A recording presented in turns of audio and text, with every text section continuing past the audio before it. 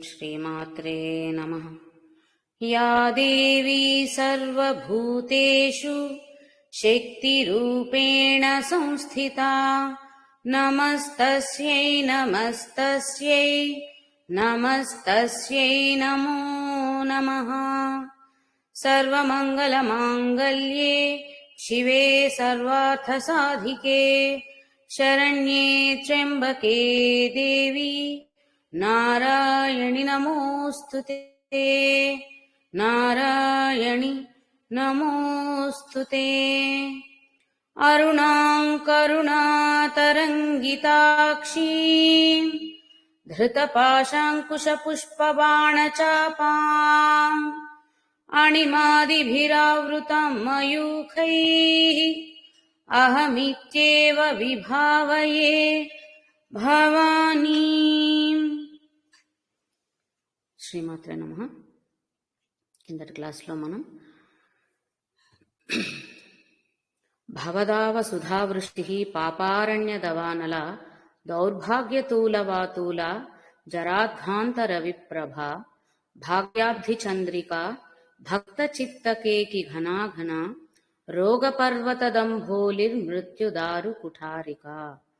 అంటే భక్తుల అవసరాలని బట్టి స్థితిగతులను పరిస్థితులను బట్టి వారికి కావలసిన ఫలాన్ని అందించటానికి లేదా వారికి అవరోధంగా ఉన్న వాటిని నిరోధించటానికి దానికి వ్యతిరేక రూపంలో తల్లి వస్తుంది అనేది ఈ శ్లోకాల్లో మనకు అర్థమవుతుంది. భవదావ సుధావృష్టి అంటే ఈ భవబంధాలనేటువంటి దావాగ్నిలో దహిస్తున్న భక్తులని ఉద్ధరించడం కోసం సుధావృష్టిగా తానే వస్తుంది, అమృత వృష్టిగా. పాపారణ్య దవానల ఎప్పుడైతే పాపాల పుట్టలు పెంచుకుంటూ వెళ్తున్నాడో భక్తుడు అజ్ఞానంలో, అప్పుడు ఆ పాపారణ్యాన్ని అంతటినీ కూడా దహించి వేయడానికి దావానలంగాను తానే అవుతుంది. దౌర్భాగ్య తూల వాతూల భక్తుల యొక్క దురదృష్టాలని దౌర్భాగ్యాలన్నిటినీ నిర్మూలించటానికి హరించటానికి, తూలవాతుల దూది పింజవలే తేలిక పరిచేసి తీసివేయడానికి అక్కడ అలా మారిందని చెప్పుకున్నాం.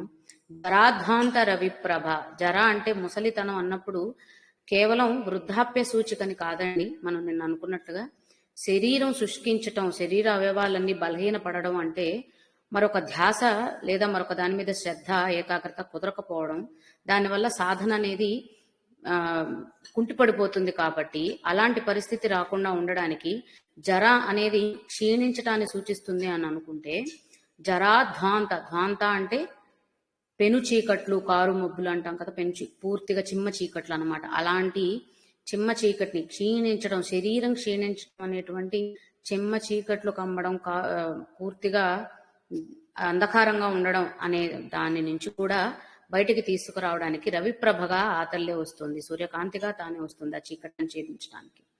భాగ్యాబ్ధి చంద్రిక, మనం నిన్న అనుకున్నాం ఆ అదృష్టం మనకి అదే వారి వారి భాగ్యాలను బట్టి, అంటే వారు చేసుకున్న పాపపుణ్య కర్మ ఫలితాలను అనుసరించి వారికి పుణ్యప్రాప్తి జరుగుతుందా లేకపోతే అదృష్టం తడుతుందా దురదృష్టం తలుపు తడుతుందా అనేది ఆధారపడి ఉంటుంది. కాబట్టి పాపారణ్య దవానల అన్నప్పుడు పాపారణ్యములన్నిటినీ ఆవిడే దహిస్తుంది. కాబట్టి వారందరికీ కూడా అదృష్ట సౌభాగ్యాలు పరిపూర్ణంగా మెండుగా ఉండేట్టుగా, ఎంతలా అంటే పున్నమి చంద్రుడి రాకతో సముద్రం ఎంతలా ఉప్పొంగుతుందో అట్లాంటి ఉప్పెనంత, అంటే తట్టుకోలేనంత భాగ్యాన్ని, ఐశ్వర్యాలని అన్నిటినీ, భాగ్యము అన్నప్పుడు అన్ని రకాలుగా, కాబట్టి ఇహంలో సంతోషంగా తృప్తిగా ఉంటూ పరమాత్మ సాధనకు ఉపయోగపడేటువంటి భాగ్యములు కేవలం ఇహంలో మాత్రమే అనుభవించేవి కాదు, ఇహంలో అనుభవిస్తూనే పరమాత్మ సాధనకు కూడా దోహదపడేటువంటి ఐశ్వర్యములు, భాగ్యములన్నిటినీ కూడా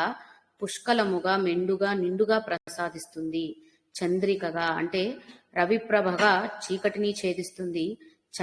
చంద్రికగా చంద్రుడి వెన్నెల, చల్లటి వెన్నెల కురిస్తే మనసుకు ఎంత హాయి కలుగుతుందో అదే విధంగా చంద్రప్రభలతో మనందరినీ ఐశ్వర్యములతో ఉద్ధరిస్తుంది, కరుణిస్తుంది. తర్వాత భక్త చిత్త కేకి ఘనాఘన అన్నప్పుడు వర్ష సూచనతో మయూరం ఎలా నాట్యం ఆడుతుందో దాన్ని ఉదాహరణగా తీసుకున్నాం. కాబట్టి కేకి అంటే మయూరము, నెమలి. కాబట్టి వర్ష సూచనతో, అంటే మబ్బులు పట్టినప్పుడు అదే వర్ష సూచన కాబట్టి పూర్తిగా మబ్బులు పట్టినట్టుగా ఉన్న వాతావరణాన్ని చూసి మయూరం నాట్యం చేస్తుంది.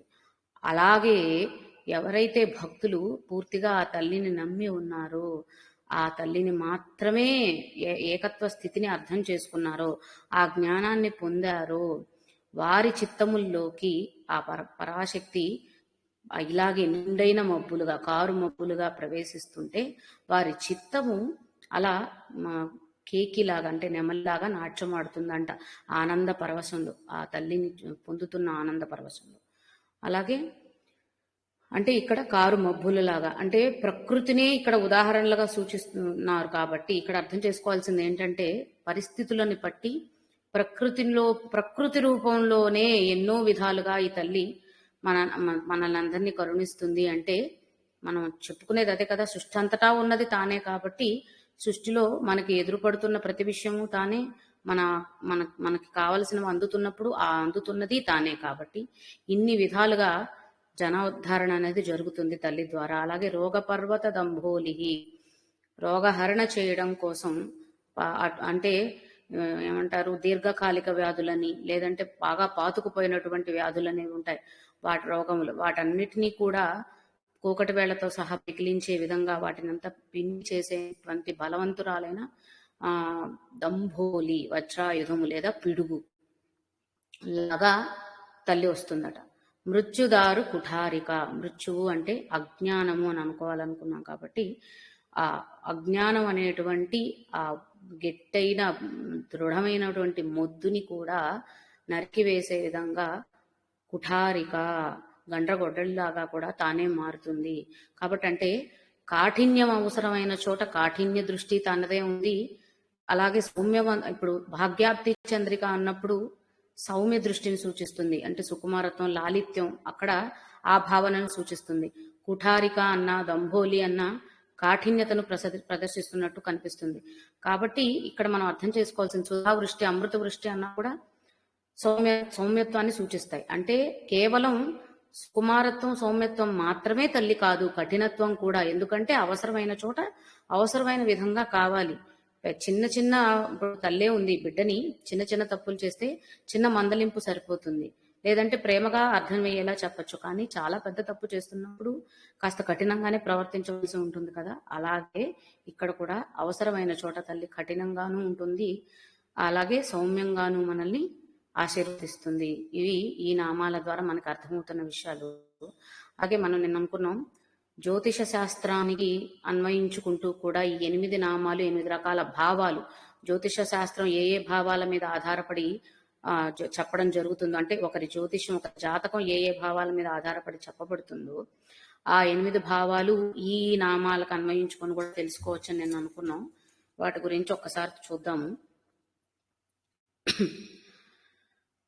కారకములు అని అంటారటండి ఈ భావాలని, జాతక పరిభాషలో కారకములు అని చెప్తూ ఉంటారట. అలా చెప్పుకున్నప్పుడు మొదటిది లగ్న కారకం. లగ్న కారకము, కారకత్వము అన్నప్పుడు లగ్న కారకము అంటే మనకి ఇదే ఆర్డర్లో రావండి, ఇక్కడ వచ్చిన నామాల వరుసలోనే రావాలని కాదు, ఈ 8 నామాల గురించి మాత్రం, 8 భావాలను మాత్రమే ఉద్దేశించి జ్యోతిష శాస్త్రంలో చెప్తున్నారు. కాబట్టి శరీర పుష్టిని, లగ్నకారకం అంటే శరీర పుష్టిని, శరీరంలో వచ్చేటువంటి అనారోగ్య దాన్ని తెలిపే కాబట్టి అది జరాధ్వాంత రవిప్రభ అనే శక్తిని ఈ భావనలో చెప్పుకోవడం జరుగుతుందట. తర్వాత పాపారణ్య దవానల, పాపార్జనలు కాబట్టి స్వార్జన కారకత్వం అంటారట జ్యోతిష శాస్త్రంలో. దీన్ని స్వార్జన కారకత్వం, ఇది 2వ స్థానంగా చెప్పుకుంటారట. స్వార్జన అంటే స్వ ఆర్జన, పాప పుణ్యాలన్నీ కూడా మన స్వార్జితాలే కదా, మనం సంపాదించిన సంపాదనలు, ఆస్తులు, కాబట్టి స్వార్జన కారకత్వంగా చెప్తారట. అది ఈ శక్తిని ఉద్దేశించనమాట. తర్వాత దౌర్భాగ్య తూల, దురదృష్టాన్ని హరించేసే విధంగా, దురదృష్టాలను నశింపజేసే విధంగా చెప్పుకునేది 3వ భాగం అట, 3వ భావం, లేదంటే అది దౌర్భాగ్య తూల ఈ నామాన్ని ఉద్దేశించి జరుగుతుందట. తర్వాత భవదావ సుధావృష్టి, భవకారకత్వము, భవదావ సుధావృష్టి, ఈ భవబంధాలలో ఎక్కువ బాధలు అనుభవిస్తున్నారు అని అనుకున్నప్పుడు అది అక్కడ చూసేది భవకారకత్వం అట. తరువాత భాగ్యాబ్ధి చంద్రిక, భాగ్యకారకత్వం, ఇది 5వ భాగం, భావము భాగ్యాబ్ధి చంద్రిక. తరువాత రోగ పర్వత దంభోలిహి అన్నప్పుడు రోగ నిర్మూలనకి రోగహరణకారకంగా చెప్పుకునేది 6వ భావంలో అంట.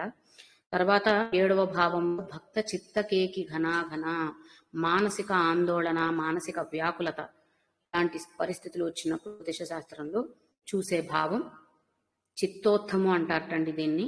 ఎందుకంటే మనసు ప్రశాంతంగా స్థిమితంగా ఉన్నప్పుడే సదాలోచనలు సత్ప్రవర్తనలు ఉంటాయి.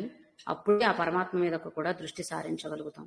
కాబట్టి మానసిక వ్యాకులత, మానసిక ఆందోళన ఇటువంటి పరిస్థితులను చూడడానికి 7వ భావమైన చిత్తోత్తము అంటారట. అది భక్త చిత్తకేకి ఘనాఘన అన్న నామం నుండి. ఇక ఆఖరిది 8 మృత్యుదారు కుఠారిక, అమృత్యుని అజ్ఞానాన్ని తొలగించడాన్ని, దీన్ని మారకము అని అంటారటండి. ఇది 8వ భావం. ఈ విధంగా జ్యోతిష శాస్త్రంలో కూడా ఉన్న 8 భావాలు ఈ 8 శక్తి స్వరూపాలను ఉద్దేశించి, అంటే వీరి ద్వారానే అక్కడ తెలుసుకోవడం జరుగుతుందట. ఇది జ్యోతిష శాస్త్రానికి సంబంధించింది. ఇక తర్వాతి శ్లోకంలోకి వెళ్ళిపోదాం. 145 మహేశ్వరి మహాకాళి మహాగ్రాస మహాశ అపర్ణ చండిక చండముండాసుర నిషూదిని. మహేశ్వరి, మనకి ముందు వచ్చిన నామం మాహేశ్వరి అండి, అక్కడ మా దీర్ఘం ఉంటుంది. ఇది మహేశ్వరి. అర్థంలో వ్యత్యాసం ఎక్కువగా లేదు, నామంలో వ్యత్యాసం మాత్రమే గమనించండి. అది మాహేశ్వరి, ఇది మహేశ్వరి. మహేశ్వరి మహాకాళి మహాగ్రాస మహాశన.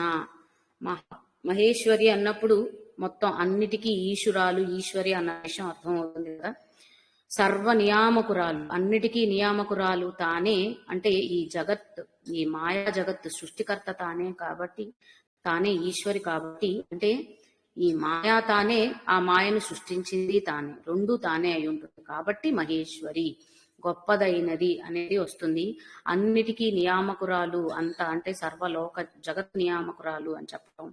అలాగే ఈ జగత్ నియామకానికి అవసరమైనటువంటి నిగ్రహ అనుగ్రహ శక్తి తానే, జగన్ నియామకురాలు తానే, ఆ నియామకానికి అవసరమైనటువంటి నిగ్రహ అనుగ్రహ శక్తి కూడా తానే అని చెప్పడం మహేశ్వరి నామంలో మనం గ్రహించగలిగినది.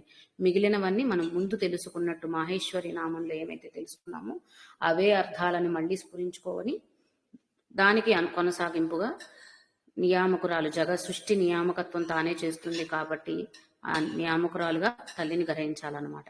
ఆ తర్వాత మహాకాళి మహాగ్రాస మహాశన.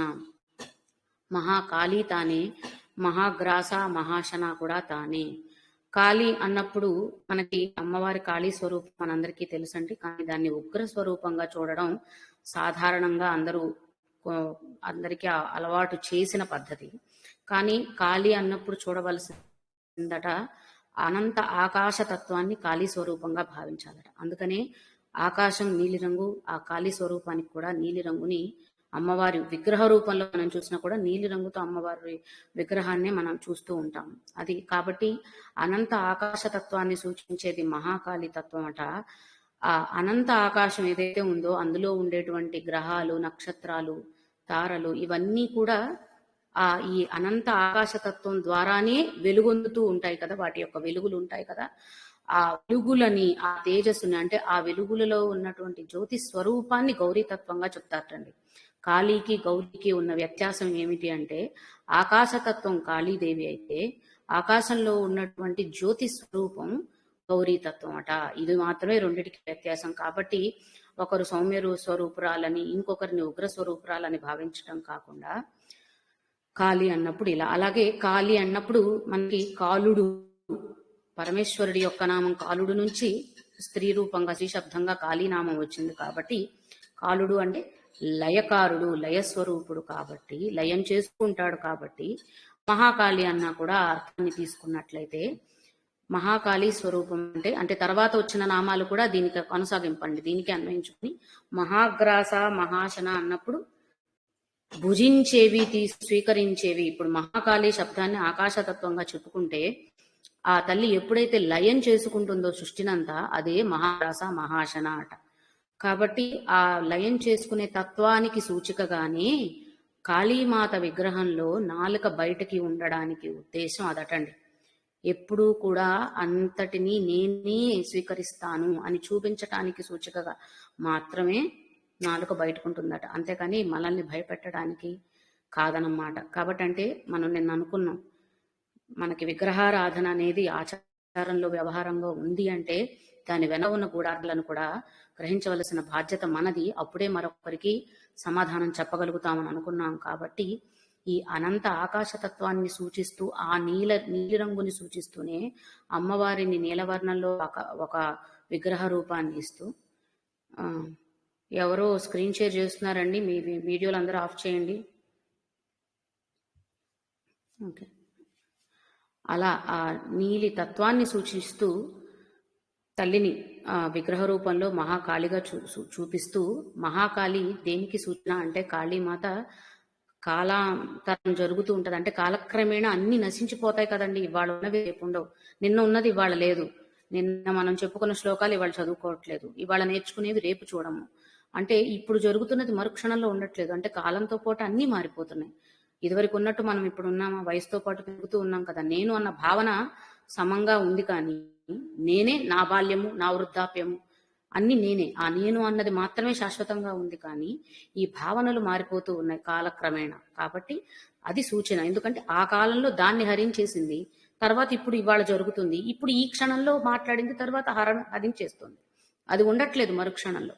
దీన్ని సూచిస్తూనే మహాకాళీ స్వరూపాన్ని చెప్పడం జరుగుతుందట. కాబట్టి కాళీ అన్నప్పుడు ఆకాశతత్వాన్ని ఒకటి అర్థం చేసుకోవాలి.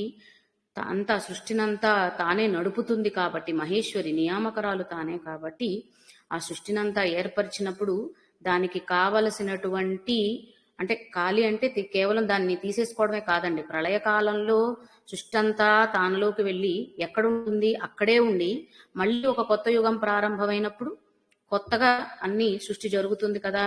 కాబట్టి తనలోనే ఇముడ్చుకొని ఉంచి మళ్ళీ తిరిగి యుగ రచన చేయడానికి కావలసినటువంటి పద్ధతులన్నిటినీ, కార్యాచరణలన్నిటినీ కూడా తయారు చేసి తిరిగి మళ్ళీ కొత్త యుగ రచన ఇది మొదలు పెడుతుంది. కాబట్టి మహాకాళి అని చెబుతున్నారన్నమాట. అంటే మనం మహాప్రలయ సాక్షిణి అని ముందు ఒక నామం చూస్తాం, అదే అర్థాన్ని ఇక్కడ కూడా గ్రహించవలసి ఉంటుందన్నమాట. మహాప్రలయ కాలంలో సాక్షిభూతంగా ఉన్న తల్లే మహాగ్రాస మహాశనగా ఈ సృష్టినంతటిలోని తనలోకి తీసేసుకుంటుంది.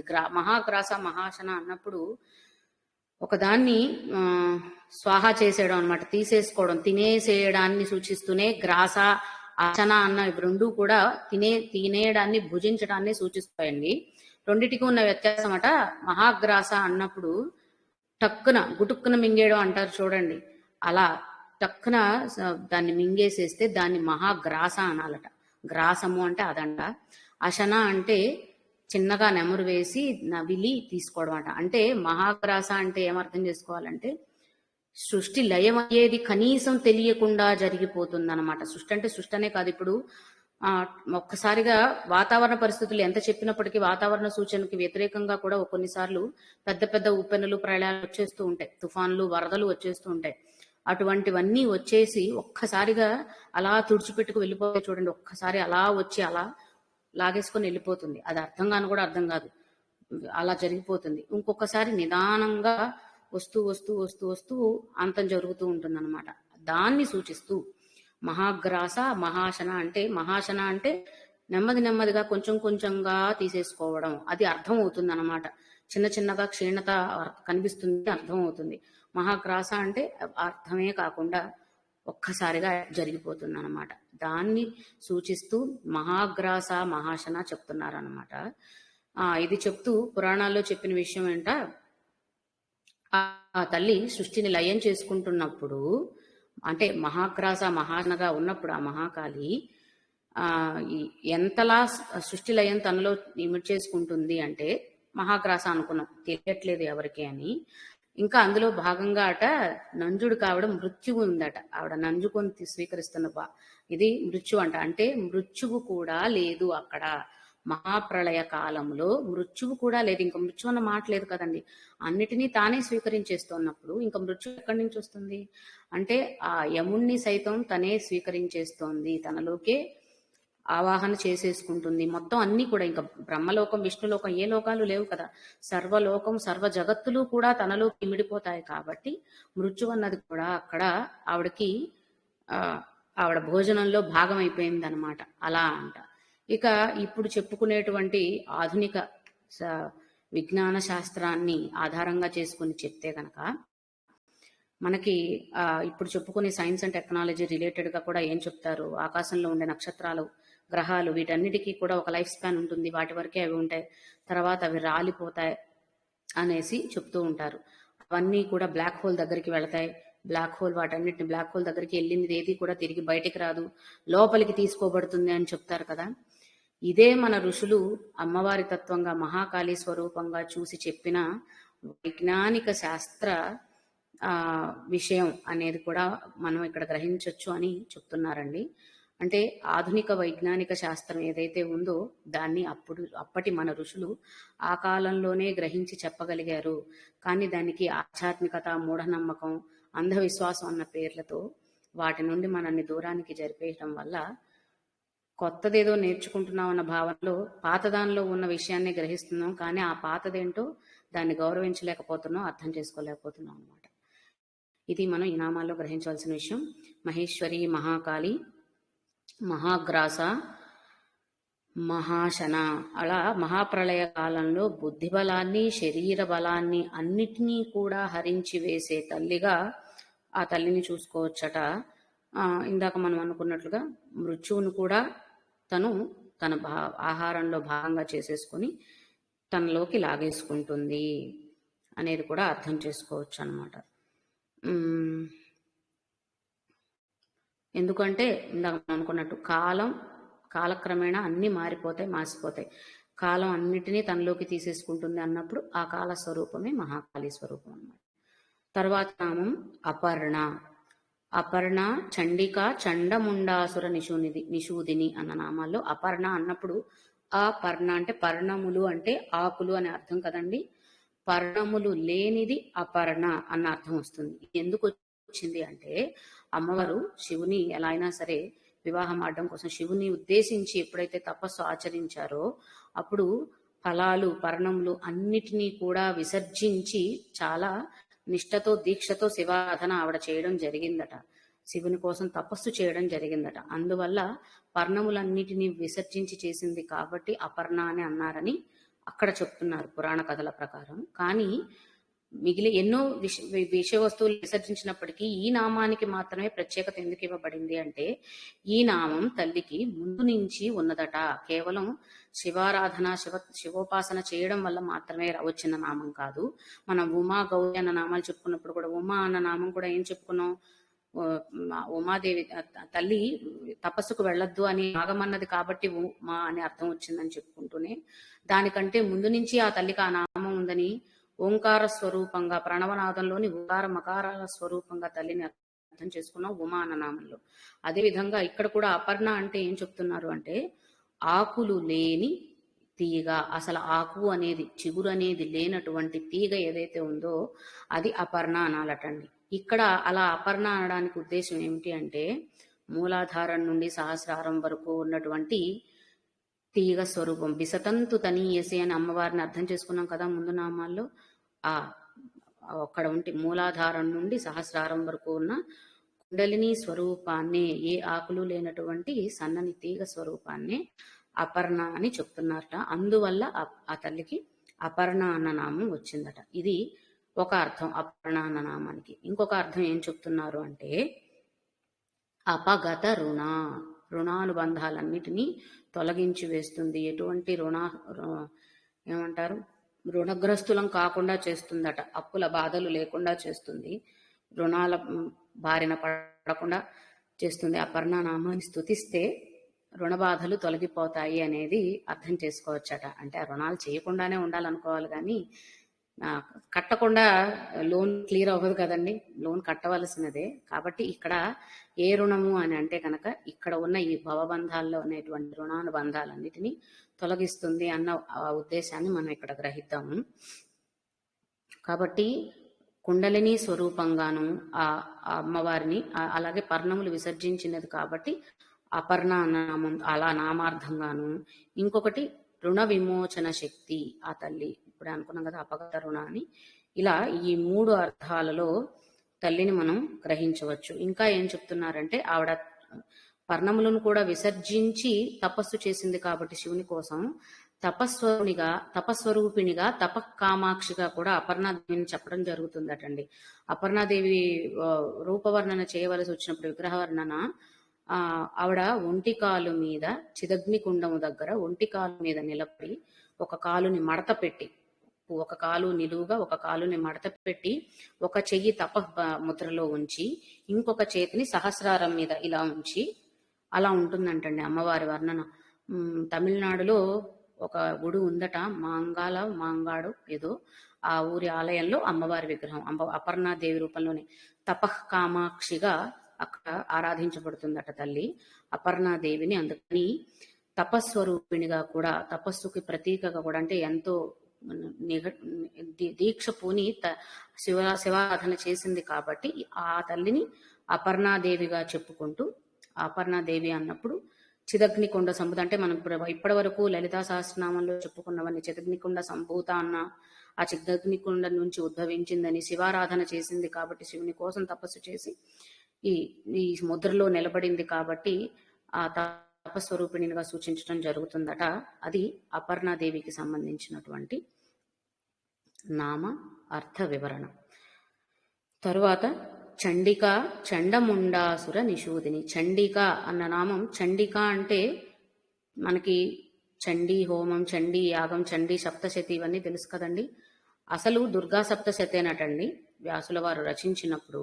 తర్వాత కాలక్రమాల్లో పెద్దవారు దాన్ని చండీ సప్తశతిగా మార్చడం జరిగిందట, కానీ అది దుర్గా సప్తశతి మాత్రమేనట. అయితే చండీ అన్న నామం ఎందుకు వచ్చింది అని అంటే, చండి అన్నదానికి లేదా చండిక అన్నదానికి కూడా అర్థాలు చెప్తున్నారు. మొదటిది చండిక అన్నప్పుడు అసుర సంహారం చేస్తున్న తల్లి చండి, అసురులందరినీ చంపేసిన తల్లి కాబట్టి ఆ అసుర సంహారం చేసిన వారిని, అంటే మనకి తర్వాత వచ్చింది చండ ముండాసుర నిషూదిని, చండు ముండు ఆ అసురులను చంపింది కాబట్టి వారిని చంపడం వల్ల చండిక అయిందట. అలానే చాముండా కూడా అయిందటండి. చండముండాసురులను వధించింది కాబట్టి చాముండా కూడా అయిందట. అది తర్వాత అర్థం చూసుకుందాం. అలా అసుర సంహారం చేసింది కాబట్టి, అంటే జన ఉద్ధరణ కోసం, తను చేసిన సృష్టిని ఉద్ధరించడం కోసం, కాపాడడం కోసం అసురులని సంహరిస్తుంది కాబట్టి చండిక అయింది అని ఒక అర్థంలో. చండిక అంటే కోపము అని కూడా చెప్తున్నారండి. అది ఎటువంటి కోపము అంటే, ఇందాక మనం అనుకున్నట్లు కాఠిన్యం, అవసరమైన చోట కఠినత్వాన్ని చూపించాల్సి ఉంటుంది కదా. ఇప్పుడు అసుర శక్తులు, అసురులు అని ఎవరినైతే అనుకుంటున్నామో వారిని శిక్షించడం కోసం కఠినాత్మురాలుగా ఉంటుంది. వారి బారి నుండి దైవిక స్వరూపం ఉన్నటువంటి వారిని, మిగిలిన వారిని కాపాడడం కోసం సౌమ్య స్వరూపంగా కూడా తాను ఉంటుంది. కాబట్టి అవసరమైన చోట, ఎందుకంటే ఆవిడే మహేశ్వరి అన్నప్పుడు, మహాకాళి అన్నప్పుడు సృష్టి నియామకురాలు తానే కాబట్టి, తన నియామకంలో ఉన్నటువంటి అందరి రక్షణ బాధ్యత తానే కాబట్టి, పాపులని శిక్షించుటకు, శిష్టులని రక్షించుటకు రెండిటికి కూడా తానే ఉంటుంది కాబట్టి, ఆ శిక్షించడంలో భాగంగా వారిపైన కోపము, ఏమంటారు, క్రోధము చూపించినట్లయితే దానిని చండికా స్వరూపంగా చెప్పుకోవాలట. అంతే తప్ప అవి దైవిక స్వరూపమైన కోపం, ఏమంటే అకారణంగా కాదు. అకారణంగా ఉద్దేశపూర్వకంగా చేయడం ఏదైతే ఉంటుందో అది తప్పు అవుతుంది, కోపం చూపించడం అంటే. కానీ ఇక్కడ వారిని భయపెట్టాలి, వారి నుంచి వీరిని కాపాడాలి, లేదా వారిని శిక్షించాలంటే కోపం చూపించక తప్పదు కాబట్టి ఆ తత్వాన్ని ఇక్కడ చండికా నామంలో మనం గ్రహించాలట. కాబట్టి చండిక అన్నప్పుడు అనవసరమైనటువంటి ఆలోచనలు లేదా కోపములు ప్రదర్శించడం కాకుండా, మంచివారిని కాపాడడానికి, దుష్టుల నుండి వారిని రక్షించటానికి అవసరమైనప్పుడు ఆ దుష్టులపైన చూపించేటువంటి ఆగ్రహావేశాన్ని లేదా కోపాన్ని చండికా నామంలో మనం గ్రహించాలట. ఇది అంతా లోక సంరక్షణార్థం చేస్తుంది కాబట్టి మనం మన పక్కన వాళ్ళ మీద, ఎదుటి వాళ్ళ మీద, మన ఇంట్లో వాళ్ళ మీద చూపించే కోపావేశాలని చండిక అనకూడదు. ఇది లోక సంరక్షణార్థం జరుగుతున్న చర్య కాబట్టి అక్కడ ఆ తల్లిని, అలా ఉన్న తల్లిని చండిక అని చెప్పి చెప్తున్నారు. అలాగే చండిక లేదా చండి అన్నప్పుడు ఇంకొక అర్థం ఏం చెప్తున్నారు అంటే శాసన శక్తి. ఇందాక మనం అనుకున్నట్టు నియామకురాలు అంటే నియంత్రించడం మాత్రమే కాదు, ఏది ఎలా జరగాలో, ఏది ఎంత జరగాలో, ఎలా జరగకూడదో ఇవన్నీ చెప్పేది కూడా ఆ తల్లే కాబట్టి శాసనశక్తిగా కూడా చండీ లేదా చండికా నామాన్ని మనం గ్రహించవలసి ఉంటుంది. ఈ విధంగా చండి లేదా చండిక అన్నప్పుడు అసుర సంహారం చేసేటువంటి తల్లి అని, కోపావేశములతో పాపాత్ములను శిక్షిస్తూ దుర్మార్గులని శిక్షిస్తూ మంచివారిని రక్షించే తల్లి, లోక సంరక్షణ చేసే తల్లి అని, అలాగే ఈ లోకాన్నంతా కూడా నియంత్రించటమే కాకుండా లోకంలో జరగవలసిన కార్యక్రమాలన్నిటినీ కూడా శాసించే తల్లి, ఇది ఇలానే చెయ్యాలని నిర్దేశించే తల్లి కాబట్టి చండిక అని చెప్పుకుంటున్నాం అన్నమాట.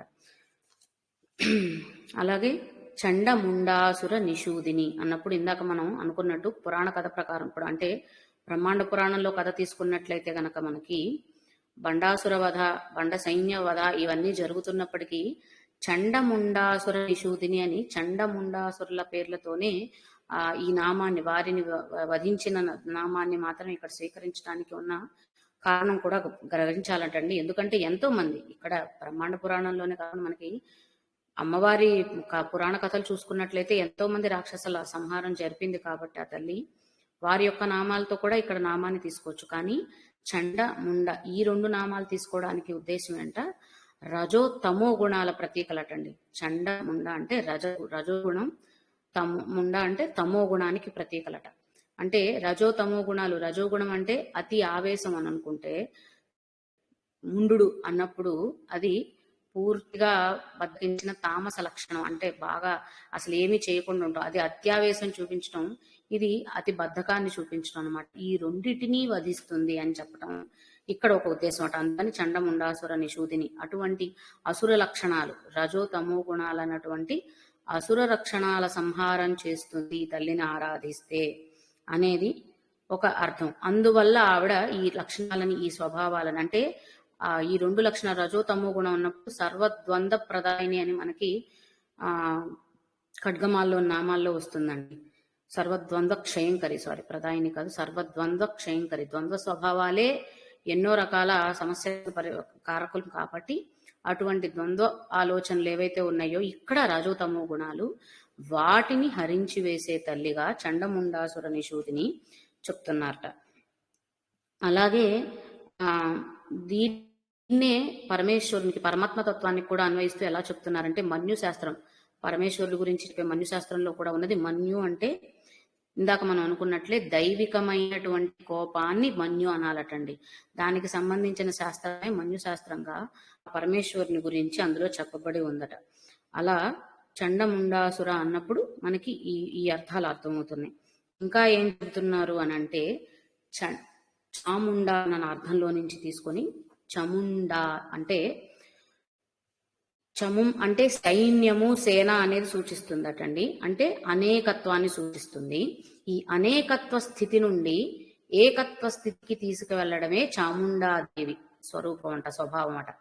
కాబట్టి అనేకత్వ అంటే అనేకత్వం అని ఎప్పుడైతే అనుకుంటున్నామో అది అజ్ఞానం. ఆ అనేకత్వ స్థితి నుండి, అజ్ఞాన స్థితి నుండి ఏకత్వ స్థితికి, ఉన్నది ఒకటే పరబ్రహ్మతత్వం అనుకునే స్థితికి తీసుకువెళ్ళడమే చాముండా స్వరూపం. కాబట్టి చాముండాదేవి మనకి చేసేది కాబట్టి దాన్ని కూడా ఈ నామం ద్వారా మనం గ్రహించవచ్చట. అనేకత్వ స్థితి నుండి ఏకత్వ స్థితికి పరిణతి పొందటం అనేది చాముండా ఆరాధన ద్వారా జరుగుతుందని చెప్తున్నారు. అలాగే వ్యక్తము అవ్యక్తము ఇవి కూడా ఇందులోనే వ్యక్తం అవ్యక్తం ఇవన్నీ తర్వాత అండి. ఓకే, ఇంతవరకు చూద్దాం. చండముండాసుర నిషూదిని అన్నప్పుడు ఒకటి చండు ముండు వీరిని సంహరించింది కాబట్టి, ఇంకొకటి పురాణ కథ పరంగానే చెప్తున్నది ఏంటి అంటే, అంత భండాసుర సైన్యంలో కూడా ఎంతమంది ఉన్నప్పటికీ ముఖ్యులు వీరిద్దరేనట. వీరిద్దరిని సంహరిస్తే ఇక మిగిలినదంతా కూడా చాలా సునాయాసంగా జయించవచ్చట. కాబట్టి ముఖ్యులు వీరిద్దరు కాబట్టి వారిద్దరిని సంహరించిందన్న ఉద్దేశం కథ ప్రకారం చూడొచ్చట. మనం ఇందాక చెప్పుకున్నట్టు రజో తమో గుణాలను చేయడమే ముఖ్య కారణం. అవి రెండు తొలగిపోయాయి అంటే మనిషిలో ఉండేది మిగిలింది ఏంటి?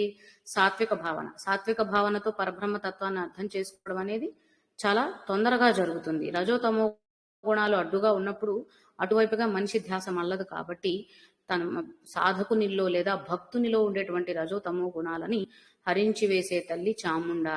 ఎలా అంటే చండముండాసుర నిచూతినిగా అని ఒక అర్థాన్ని, అలాగే అనేకత్వ స్థితి నుండి ఏకత్వ స్థితికి తీసుకువెళ్ళడం అనే భావాన్ని కూడా, ఈ అనేకత్వ ఏకత్వ స్థితినే తర్వాత నామంలో కూడా గ్రహించవచ్చట, క్షరాక్షరాత్మిక అన్న నామంలో కూడా. కాబట్టి అనేకము ఏకము, క్షర అక్షర అన్నప్పుడు క్షరాక్షరాత్మిక అంటే క్షర అక్షర రెండు కలిసి క్షరాక్షర అయ్యాయండి. క్షర అక్షర స్వరూపముగా ఉన్నది తానే. ఆత్మిక అంటే వాటి యొక్క స్వరూపం ఆవిడే అని కదా అర్థం. కాబట్టి క్షర స్వరూపము అక్షర స్వరూపము రెండూ తానుగా ఉన్న తల్లి అని అర్థం వస్తుంది. కాబట్టి ఈ రెండు ఏమిటి అని అన్నప్పుడు ఈ రెండిటికి తెలుసుకుంటున్న వివిధ అర్థాలు ఏమిటి అంటే, ఒకటి ఇందాక మనం అనుకున్నట్టు క్షరము అంటే అనేకము అనంతము అని చాలా ఎక్కువగా ఉన్నటువంటి అనుకుంటే, అక్షరము అంటే అన్ని కానిది అంటే అనేకము కానిది అంటే ఏంటి? ఏకము. అనేకము అనేది క్షర అయితే అక్షరము అనేకము కానిది. కాబట్టి ఈ రెండిటికి వ్యత్యాసం అంటే అనేకముగా ఉన్న దానిలోను అంటే అనేకముగా ఉన్నటువంటి ఈ జగత్తు ఎంత ఉన్నా, మనం చూస్తున్న జగత్తు మనకి తెలుసుకుంటున్న జగత్తు ఎంతైతే ఉందో, తల్లి సృష్టి ఎంతైతే ఉందో అదంతా అనేకం అనుకుంటే అందులో ఉన్న శక్తి తానే. అనేకముగా ఉన్నప్పటికీ అనేకములో చైతన్యము కూడా తానే. ఆ చైతన్యమే అక్షర స్వరూపం. అనేకము ఎంతున్నా కానీ అందులో ఉన్న చైతన్య స్వరూపము తానే అని చెప్పి అక్షరం. క్షరము అనేకముగా ఉన్న జగత్తు, అక్షరము ఈ అనేకమైన జగత్తులో ఉన్నటువంటి చైతన్య శక్తి. రెండూ తానే. ఇది లేకపోతే అనేకమైన ప్రసక్తే లేదు కదా. అనేకం అనేది ఉన్నది అని ఎలా తెలుస్తుంది? అందులో ఉన్న చైతన్యం వల్లే. మన శరీరాన్ని ఉదాహరణగా తీసుకున్నప్పుడు శరీరములో ఉన్న ఇంద్రియములు, అవయవాలు, భాగములు ఇవన్నీ అనేకములు. ఈ అనేకములన్నీ కూడా సవ్యంగా పనిచేయాలంటే ఇందులో ఉన్న ప్రతి ఒక్క ఇంద్రియములో, అవయవంలో ఉన్న చైతన్య స్వరూపం వల్లే అది సాధ్యపడుతుంది. ఆ చైతన్యము వేరువేరా కాదు. అన్నిటిలో ఉన్నది ఒకటే చైతన్యం, సచ్చిదానంద స్వరూపం. ఆ చైతన్యం వల్లే మిగిలిన అవయవాలన్నీ కూడా సక్రమంగా వాటి పని అవి నడుపుకుంటున్నాయి. కాబట్టి ఇవి అనేకముగా ఉన్న దేహములో ఉన్న ఆ అహం అన్న భావన ఒకటే, ఆత్మస్వరూపం ఒకటే. కాబట్టి అదే విధంగా సృష్టి ఎంతో అనేకంగా ఉన్నప్పటికీ సృష్టిలో ఉన్న చైతన్య భావన, చైతన్య స్వరూపం ఒక్కతే. కాబట్టి ఆ పరబ్రహ్మ తత్వాన్ని చూపించేదే క్షరాక్షరాత్మిక. భగవద్గీత 15వ అధ్యాయంలో పురుషోత్తమ యోగంలో ఉండే శ్లోకాలు కూడా అవే చూపిస్తుంటాయి. ద్విమౌ పురుషౌ లోకే క్షరశ్చాక్షర ఏవచ క్షర సర్వాణి భూతాని కూటస్థోక్షర ఉచ్యతే. కాబట్టి ఎన్ని ఉన్నా కానీ అందులో ఉన్నటువంటి చైతన్య స్వరూపం అంతా తనే అని చెప్పేదే ఆ శ్లోకాల్లో ఉన్న ఉద్దేశం కూడా. అలా క్షరాక్షరాత్మిక అన్నప్పుడు గ్రహించవలసినది అనేకము ఏకము అంటే అనేకం అనే అజ్ఞానము నుండి ఏకములోకి తీసుకురావడం అని ఇందాక అర్థం చేసుకున్నాం కదా. కాబట్టి అంటే తనని నమ్మిన భక్తునికి ఈ అనేకముగా ఉన్నటువంటి ఈ ప్రాపంచిక విషయ వస్తువుల యందు విరక్తి కలిగించి తనని పరమాత్మ తత్వం వైపు, ఏకత్వమైన తన వైపు తన భక్తుని యొక్క దృష్టి కేంద్రీకరించేలా చేస్తుంది. కాబట్టి అక్కడ ఇక్కడ కూడా ఉండి తానే నడిపిస్తుంది అని చెప్పడం. అనేకము నుండి ఏకానికి. అలాగే జగత్తు మొత్తం తాను అనుకుంటే జగత్తు అక్షరం అనుకుంటే, జగత్తులో ఉన్నటువంటి చైతన్య స్వరూపం అక్షరం అనుకుంటే, అలా క్షర అక్షర అన్నప్పుడు జగత్తు చైతన్య స్వరూపం. ఇంకా వ్యక్తము అవ్యక్తము ఇందాక మనం అనుకున్నట్లు అన్నిటిలో ఉన్నప్పటికీ కూడా అన్నిటిలా ఉన్నప్పటికీ అందులో కనిపించకుండా దాగి ఉన్నది అవ్యక్తముగా ఉన్నది తానే. కాబట్టి వ్యక్తమవుతున్న విషయ వస్తువుల యందు అవ్యక్తముగా ఉన్న తల్లి క్షర, వ్యక్తమవుతున్న అక్షర, అందులో నుంచి అవ్యక్తముగా ఉన్న అన్న అర్థాలను కూడా గ్రహించవచ్చు.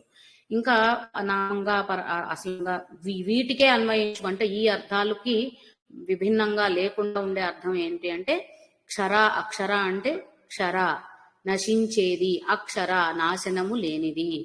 ఇప్పుడు అనేకము అనుకుంటున్న ఈ సృష్టి జగత్తంతా ఎప్పటికైనా సరే కాంతంలో నశించిపోవాల్సిందే, కనిపించకుండా పోవాల్సిందే.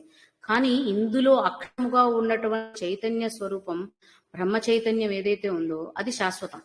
ఈ జీవం పోవచ్చు కానీ, అంటే ఈ దేహం పోవచ్చు కానీ, ఈ అవయవాలు పనిచేయకుండా పోవచ్చు కానీ, ఇందులో ఉన్న ఆత్మస్వరూపం, చైతన్య స్వరూపం శాశ్వతం కదండి. ఈ జీవుడు ఇక్కడి నుంచి మరొక దేహంలోకి ప్రవేశించవచ్చు, మరొక మార్గాన్ని ఎంచుకోవచ్చు. కాబట్టి ఆ జీవ చైతన్యానికి ఎక్కడా కూడా అశాశ్వతం అనేది లేదు. కాబట్టి అశాశ్వతం అంటే నశించిపోవడం అనేది, నాశనం అనేది లేదు. కాబట్టి ఆ జీవ చైతన్యాన్ని అక్షరముగా చెప్పుకోవాలట. క్షరము అంటే ఆ జీవ చైతన్యానికి ఉపాధిగా ఏవైతే ఉన్నాయో, అంటే సృష్టిలో ఉన్నటువంటి అన్ని విషయ వస్తువులని ఉపాధులుగా తీసుకున్నట్లయితే ఆ ఉపాధులన్నీ కూడా క్షరములు, ఉపాధిలో ఉన్నటువంటి ఉపాధులలో ఉన్నటువంటి చైతన్య శక్తి, ఆ చైతన్య స్వరూపం అక్షరము.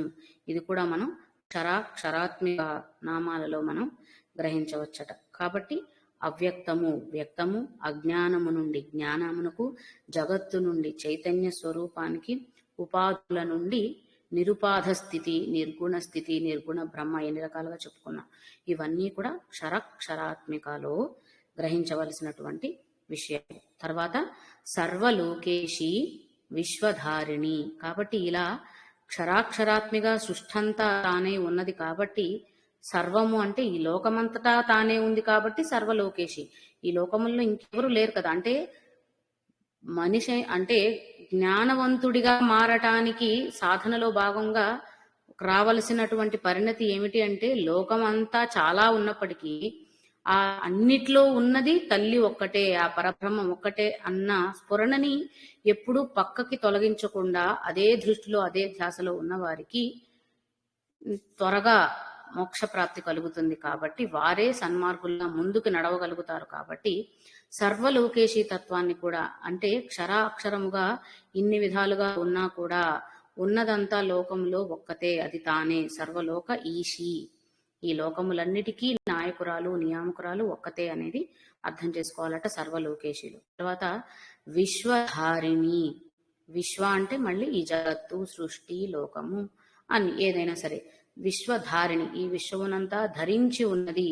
అంటే తానే సృష్టి చేసి వదిలేయలేదు. సృష్టిని ఎప్పటికప్పుడు ఏ విధంగా కావాలంటే ఆ విధంగా తానే నడిచేలా చేస్తుంది. కాబట్టి విశ్వధారిణి, సృష్టికి కావలసిన పోషకాలన్నిటినీ ఇస్తూ జాగ్రత్తగా కాపాడుతూ రక్షిస్తుంది, పాలిస్తుంది. కాబట్టి విశ్వధారిణి అని చెప్తున్నారు.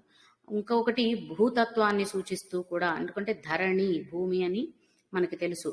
పోషణ భారం అంతా, పోషణ శక్తి తానుగా ఉంది. కాబట్టి ఎలా అయితే భూదేవి, భూమాత మన సృష్టి, ఇక్కడ ఉన్నటువంటి భూమి మీద ఉన్న సృష్టికి కావాల్సినటువంటి పోషక వస్తువులన్నిటినీ, ఆహార పదార్థాలు, ఖనిజాలు అన్నీ ఎలా అయితే భూమి నుండి మనం పొందుతున్నామో, అందువల్ల భూమిని ధరణి అంటున్నాం. కాబట్టి ఇక్కడ భూమాతనే విశ్వధారిణిగా, అంటే ఈ విశ్వం ఎంత సృష్టి ఉందో ఈ లోకాన్నంతా కాపాడటానికి భూదేవే తన నుండి అన్నిటినీ ఇస్తుంది. కాబట్టి విశ్వధారిణి అని భూమాతను కూడా అనొచ్చట. అంటే భూమాత స్వరూపం కూడా ఆ తల్లి అని చెప్తాం అనమాట. అలాగే ధేనువు గోస్వరూపంగా కూడా చెప్తారటండి భూదేవిని. ఎందుకు అంటే గోవు కూడా ఏం చేస్తుంది, పోషణ చేస్తుంది కదా. అదే విధంగా భూమాత కూడా పోషణ చేస్తుంది. కాబట్టి ఇవన్నీ వేదాంతాలు, ఉపనిషత్తుల్లో చెప్పబడిన విషయాలండి. అలా ధేను స్వరూపంగా కూడా భూమాతని తెలుసుకోవడం జరుగుతుందట. ఆ విధంగా భూస్వరూపంగా, పోషణ శక్తి స్వరూపంగా తల్లిని చూస్తూ విశ్వధారిణిగా గ్రహించవలసిన అవసరం ఉంది అన్నమాట. కాబట్టి విశ్వాన్నంతా ఏర్పరచటమే కాదు, తనకు కావలసిన పోషణ సదుపాయాలన్నింటినీ కూడా చూసుకునే బాధ్యత ఆ తల్లే తీసుకుంది. కాబట్టి దేనికి కూడా మనకి చింత అవసరం లేదు అనేది ఇక్కడ అర్థమవుతున్న విషయం విశ్వధారిణిలో. తర్వాత త్రివర్గ దాత్రి, 3 వర్గములు. త్రివర్గ దాత్రి 3 వర్గములు అన్నప్పుడు మనకి ఇదివరకు కూడా త్రిపురేషి, త్రిపురాంబిక, త్రిపుర అన్నప్పుడు 3 పురములని రకరకాల అర్థాలు తీసుకున్నాం కదా. ఇక్కడ కూడా అలాంటి అర్థాన్ని తీసుకుంటూ, ఒకటి 3 లోకములలోనూ 3 కాలములలోనూ ఉండేది త్రివర్గ దాత్రి అని ఒక అర్థం తీసుకోవచ్చట. అంటే అన్ని కాలాలలోనూ ప్రకటీకృతం అవుతున్న తల్లి అని. ఇంకొకటి ధర్మ అర్థ కామములకు, ధర్మ అర్థ కామ మోక్షములను పురుషార్థములు అంటారు కదండి. అందులో ధర్మ అర్థ కామములను మాత్రమే పరిగణించి ఇక్కడ త్రివర్గములుగా చెప్పుకోవడం జరిగిందట. ఈ 3 వర్గములను, ధర్మ అర్థ కామములను ప్రసాదిస్తూ తద్వారా అపవర్గమైనటువంటి మోక్షాన్ని కూడా ఇస్తుందట. ఈ విభజనలోకి, ఈ విభాగంలోకి తీసుకోవటండి అపవర్గము అంటారట మోక్షముని. కాబట్టి ఇది ధర్మ అర్థ కామములు త్రివర్గములను ప్రసాదిస్తూ దాత్రి అన్నారు కాబట్టి అవి ఇస్తూ వాటి ద్వారానే మోక్ష సాధన వైపు కూడా అపవర్గ వైపు కూడా వారి యొక్క దృష్టి మళ్ళేలా చేస్తుందట. అందువల్ల త్రివర్గ దాత్రి అని అంటారట. ఇంకా ఇంకొక 3 విషయాలు కూడా ఏం చెప్తున్నారు అంటే, సృష్టి అంతా కూడా సామ్య వృద్ధి క్షయం ఈ మూడిటి మీద ఆధారపడి ఉంటుంది కాబట్టి ఈ మూడు తానే కదా, సృష్టి చేసింది తానే, సృష్టిని నడుపుతుంది తానే. కాబట్టి సామ్య వృద్ధి క్షయం అంటే కొన్నిసార్లు ఒక్కొక్క చోట ఒక్కొక్కలాగా, ఒక చోట వృద్ధి కనిపిస్తుంది, ఒక చోట క్షీణించడం, క్షయం అంటే క్షీణించటం కనిపిస్తుంది, ఇంకొక చోట వృద్ధి క్షయం ఏమీ లేకుండా ఒకేలా ఉండేలా కూడా మనకి కొన్ని కనిపిస్తూ ఉంటాయి. అంటే ఇప్పుడు ఉదాహరణలు అన్ని తీసుకోవడానికి కుదరదేమో. ఇప్పుడు రాళ్లనే తీసుకున్నాం అనుకోండి, అవి కూడా కొంతకాలానికి పెరుగుతూ ఉంటాయి అంటారు, కానీ ఒక కాలంలో అంటే చాలా నిదానంగా వాటి యొక్క ఎదుగుదల కనిపిస్తుంది కాబట్టి అవి ఎప్పటికీ అలానే ఉన్నాయని అనుకుంటూ ఉంటాం. కొన్ని రాళ్లలో ఎదిగే క్రమం కూడా ఉంది అని చెప్తారు కదా. అలా సృష్టి అంతటా అన్ని చేసింది తానే కదా. ఆ కొన్నిట్లో సామ్య స్వరూపముగా అంటే ఎక్కువ ఎదుగటం లేదా క్షీణించడం అనేది లేకుండా కొన్ని బాగా వృద్ధి చెందటం. ఇప్పుడు ఒక కాలంలో చెడు బాగా ఏపుగా పెరుగుతాయి, అప్పుడు వృద్ధి కనిపిస్తుంది. కాలం ఋతువు మారిపోయిందా, అప్పటి వరకు ఏది వచ్చిన ఆకులన్నీ రాలిపోతాయి, కొమ్మలు విరిగిపోతాయి. కొన్ని చెట్లు ఆ కాల పరిస్థితులను గనక స్వీకరించగలిగి నిలబడలేకపోతే చనిపోతాయి కూడా చెట్లు. అంటే వృక్షాలను ఉదాహరణకు తీసుకున్నాం. జీవులు సృష్టి అంతా కూడా అదే కదండి, జీవక్రమం అంతా అదే. ముందు పుడతారు, ఎదుగుతారు, ఆ తర్వాత మళ్ళీ క్షీణించడం అనేది జరుగుతుంది. కాబట్టి ఆ 3 వర్గముల సముదాయముగా సృష్టిని నడిపిస్తుంది కాబట్టి త్రివర్గ దాత్రి అని చెప్తున్నారు. ఇంకా కొంతమంది పండితులు చెప్తున్నది ఏంటంటే, ధర్మార్థ కామములు అని అనుకున్నాం కదా, మోక్షమును కూడా ఇందులో కలిపి ధర్మార్థ మోక్షములు అని చెప్పారటండి. కామమును తీసేశారా అంటే కాదట. అర్థము కామము రెండు ఒకదాన్ని ఒకటి అంటిపెట్టుకునే ఉంటాయి కాబట్టి, అంటే కోరిక ఉన్నప్పుడే అర్థార్జన జరుగుతుంది. అర్థము అంటే మనకు కావాల్సినవి సంపాదించుకోవడం, అది ధనమా ఇంకొకట అదేదైనా అవ్వచ్చు, అది కోరికతో కూడే ఉంటుంది. కోరిక లేకపోతే ఇంకా వాళ్ళు ఒక వైరాగ్యమే కదా ఉండేది.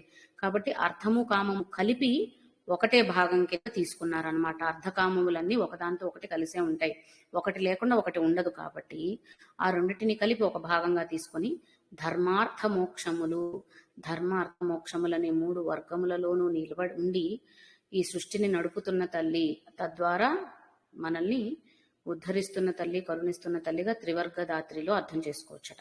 తర్వాత సుభగ అన్నప్పుడు నామార్థంగా తీసుకున్నట్లయితే సు అంటే మంచిది, శుభమైన అని అర్థం తీసుకుంటే, భగ అంటే భగమాలిని అన్న నామం వచ్చినప్పుడు కూడా తెలుసుకున్నాం కదండి, జ్యోతి, వెలుగు, ఐశ్వర్యము అని.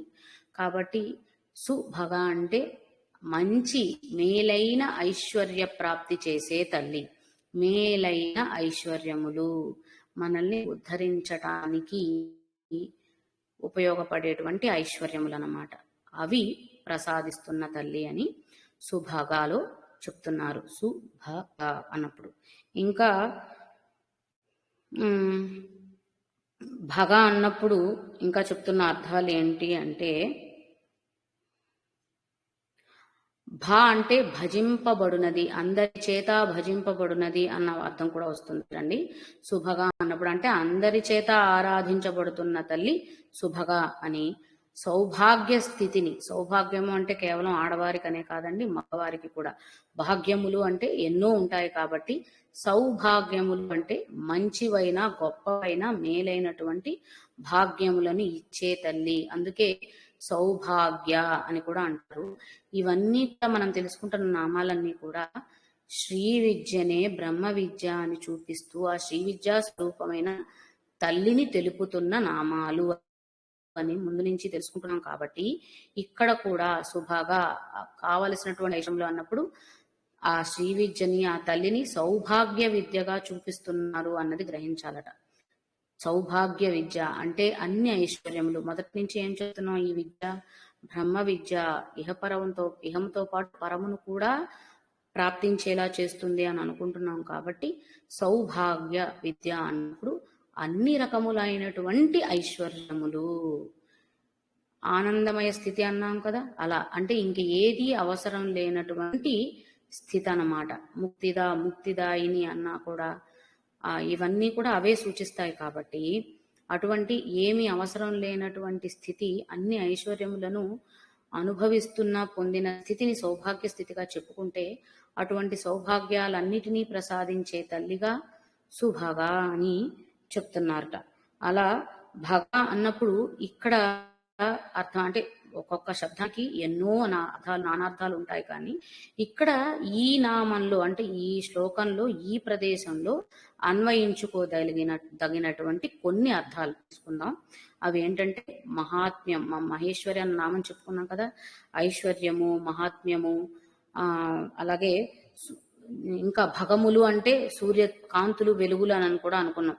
అంటే సూర్య తేజస్సు కూడా తానే కదా, మనం ఇదివరకు కూడా తెలుసుకున్నాం. భగమాలిని అన్నప్పుడు కూడా సూర్య తేజస్సుగా కూడా తానే ఉండి సృష్టినంతా కూడా నడిపిస్తుంది అని చెప్పుకున్నాం. కాబట్టి ఆ సూర్య కాంతిగా ఆ తల్లిని చూడొచ్చట, జ్ఞానముగా జ్ఞాన స్వరూపిణిగా చూడొచ్చట, ఐశ్వర్య స్వరూపిణిగా చూడొచ్చట, యశస్వరూపిణిగా చూడొచ్చట.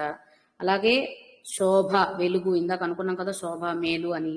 అలాగే వైరాగ్యము, ప్రయత్నము, ఈ అర్థాలన్నీ కూడా భగ అన్న నామానికి చెప్తున్నారండి. ఐశ్వర్యము, జ్ఞానము, వైరాగ్యము, ప్రయత్నము, శోభ, సూర్యకాంతి, యశస్సు, మహాత్మ్యము, సంకల్పము, ముక్తి, ధర్మము, ఐశ్వర్యము. ఇవి అంటే కొన్ని ఇక్కడ అన్వయించుకోదగిన అర్థాలు. ఇక్కడ ఈ అర్థాలన్నీ కూడా యాప్ట్ అవుతాయి అన్నమాట. ఈ అర్థాలు ఇక్కడ తీసుకోవడం జరుగుతుంది. ఇందులో ఏ అర్థాన్ని దీనికి అన్వయించుకున్నా, ఏ నామాన్ని ఇక్కడ ఏ పదాన్ని ఇక్కడ అన్వయించుకున్నా చక్కగా సరిపోతుందట. ఐశ్వర్య స్వరూపిణి అనుకున్న, సంకల్ప స్వరూపిణి, మరి ఆ తల్లిని పొందాలంటే ఉండాల్సింది గొప్ప సంకల్పమే కదా, అప్పుడే ఆ సాధనలో ముందుకు వెళ్తాం. కాబట్టి అలా ధర్మమూర్తిగా, ధర్మం మనం ఆ దౌర్భాగ్యం సౌభాగ్యం అనుకున్నప్పుడు కూడా ధర్మబద్ధమైన జీవన విధానం అని చెప్తూ వస్తున్నాం.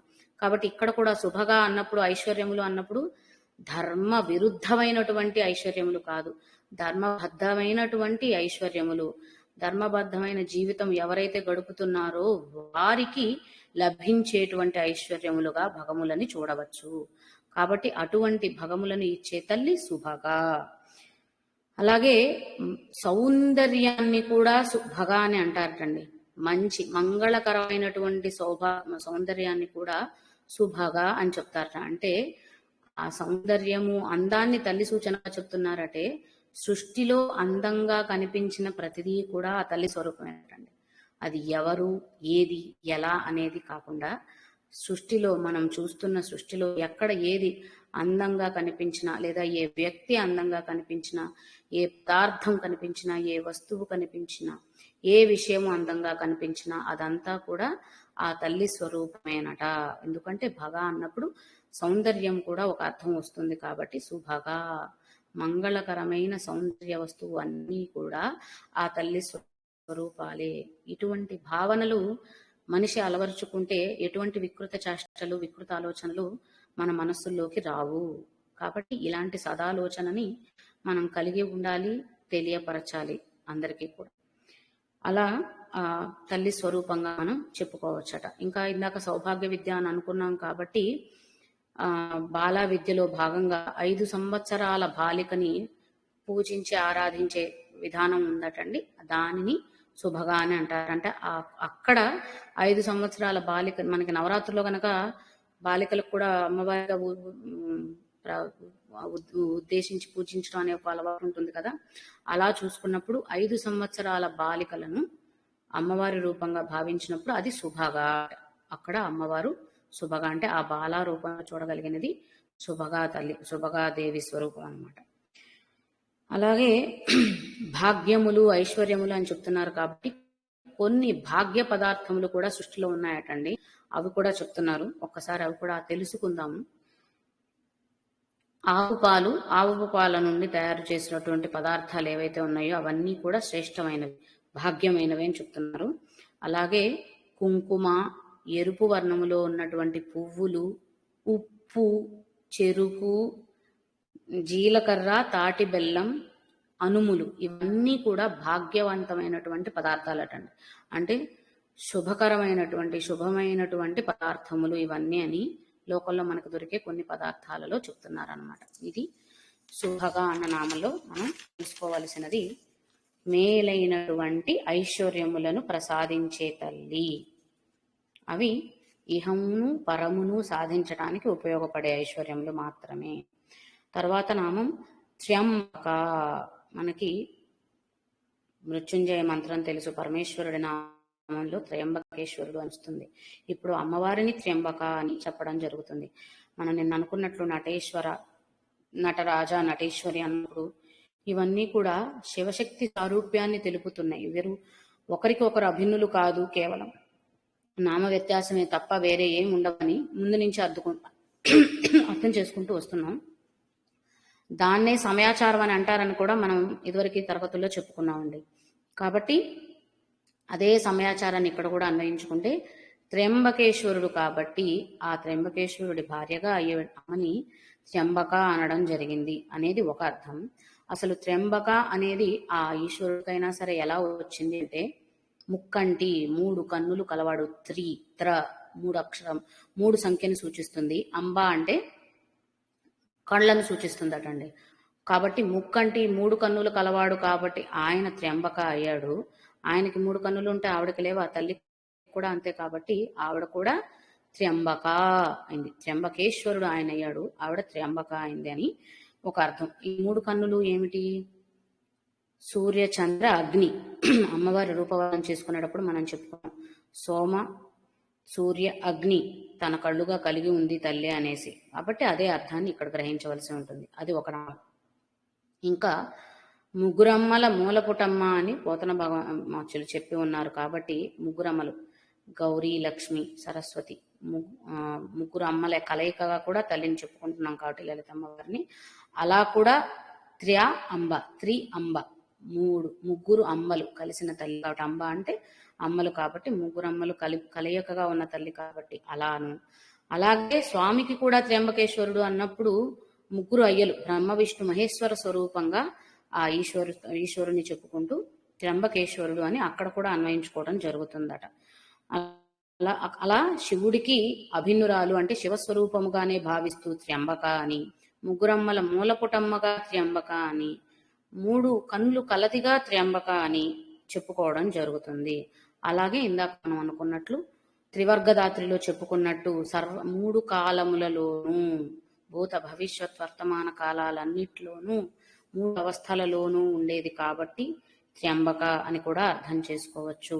అలాగే తర్వాత త్రిగుణాత్మిక, త్రిగుణములలోనూ ఆత్మస్వరూపముగా ఉన్న తల్లి.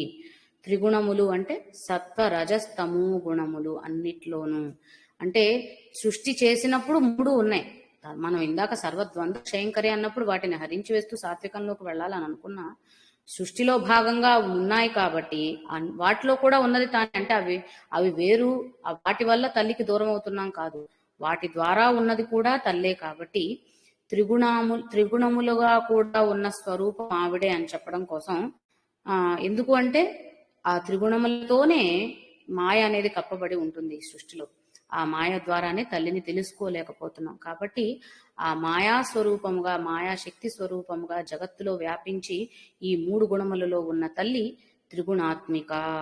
ఆ 3 గుణముల ద్వారా వారిలో ఉండి ఒక్కొక్క దగ్గర ఒక్కొక్క పరిస్థితుల్లో వారి అవస్థలను బట్టి ఉన్నప్పటికీ చివరికి ఎవరైతే తల్లిని పూర్తిగా నమ్ముతున్నారో వారిని తన వైపుకు మార్చుకోవడానికి వీటన్నిటి నుంచి అతీతురాలుగా, ఆవిడ త్రిగుణాతీతురాలు అయినప్పటికీ కూడా సృష్టిలో ఉన్నటువంటి విషయ వస్తువులందు త్రిగుణములుగా ఉన్నది. త్రిగుణాతీతురాలు ఆవిడకి ఇవి అంటట్లేదు, కానీ సృష్టిలో ఉన్న విషయ వస్తువుల్లో ఈ త్రిగుణాల రూపంలో ఆవిడ ఉంది అనేది ఇక్కడ మనం గుర్తు పెట్టుకోవలసిన విషయం అన్నమాట. కాబట్టి ఈ త్రిగుణములనే కారణ బ్రహ్మలు అని అంటారటండి. ఎందుకంటే సృష్టి ఏర్పడడానికి ముఖ్య కారణం ఇవే, సత్వరజస్తమో గుణములు. ఈ శక్తుల ద్వారానే సృష్టి అనేది ఏర్పడుతుంది. కాబట్టి కారణములు ఇవి కాబట్టి కారణ బ్రహ్మలు అని ఈ 3 అంటారట. ఈ కారణ బ్రహ్మల ద్వారా సృష్టి కార్యం అనేది, సృష్టి అంతా నడుస్తుంది కాబట్టి, అంటే సృష్టి ఏర్పడడం ఇదంతా జరుగుతుంది కాబట్టి అది కార్యం అనుకుంటే అది కార్యబ్రహ్మ అని అంటారట. ఇంకా ఈ కారణ బ్రహ్మ కార్యబ్రహ్మ రెండిట్లోనూ ఉన్నది తల్లే. సృష్టిని ఏర్పరుస్తూ ఆ 3 గుణాల్లో ఉన్నది ఆ తల్లే, సృష్టిని నడిపిస్తూ సృష్టిలో ఉన్నది ఆ తల్లి, కార్యబ్రహ్మగా ఉన్నది ఆ తల్లే. ఈ రెండిటికి కారణ కార్యబ్రహ్మలకి అతీతముగా ఉన్న నిర్గుణ బ్రహ్మ కూడా ఆ తల్లే. నిర్గుణం సగుణం అని చెప్తూ ఉన్నాం కదా. సో నిర్గుణ బ్రహ్మగా కూడా ఉన్నది ఆ తల్లే, ఆ పరబ్రహ్మ తత్వం కూడా ఆ తల్లే. ఈ విధంగా ఈ మూడు బ్రహ్మస్వరూపాలని కూడా తల్లిగా మనం అర్థం చేసుకోవచ్చట. అంటే కారణ బ్రహ్మ, కార్యబ్రహ్మ, నిర్గుణ బ్రహ్మ. కారణ బ్రహ్మ అయినటువంటి మూడు గుణములు, వాటి ద్వారా ఏర్పడిన సృష్టి కార్యబ్రహ్మ అయితే, అంటే ఆ సృష్టిలో ఉన్నది కార్యబ్రహ్మ. ఈ రెండిటికి అతీతముగా ఉన్నది నిర్గుణ బ్రహ్మ. ఈ మూడు బ్రహ్మ స్వరూపాలలో ఉన్నది కూడా ఆ తల్లే, త్రిగుణాత్మిక అన్న విషయాన్ని ఈ విధంగా కూడా గ్రహించవచ్చట. అలా మనకి ఈ శ్లోకం యొక్క నామాలు ముగిస్తాయి. మనం మహేశ్వరి అన్న నామం దగ్గర నుండి 150వ శ్లోకం పరాపర అన్న నామంతో ముగుస్తుంది. మహేశ్వరి అన్న నామం దగ్గర నుండి ఈ పరాపర అన్న నామం వరకు కూడా మంగళ చండికా విద్య అంటారండి. మంగళ చండికా విద్య అని అంటారట. మంగళ స్వరూపం, చండికా స్వరూపం. ఇందాక మనం అనుకున్నాం కదా, చండిక అంటే పాపక్షయం కోసం, పాపాత్ములను సంహరించడం కోసం చండికా రూపంలో ఉంటుంది. మంగళములను కురిపిస్తూ గౌరీ రూపంలో ఉంటుంది. రెండు స్వరూపాలుగాను తానే ఉంటుంది. కాబట్టి మంగళ చండికా విద్యగా 145వ శ్లోకం నుండి 150 శ్లోకంలో ఉన్న మహేశ్వరి నామం దగ్గర నుండి పరాపర నామం వరకు తెలుసుకోవడం జరుగుతుంది. ఇది ఈ శ్లోకాలకు సంబంధించిన విషయాలు. మిగిలిన తర్వాత శ్లోకాల్లో చూద్దాం తర్వాత క్లాసుల్లో. శ్రీమాత్రే నమః.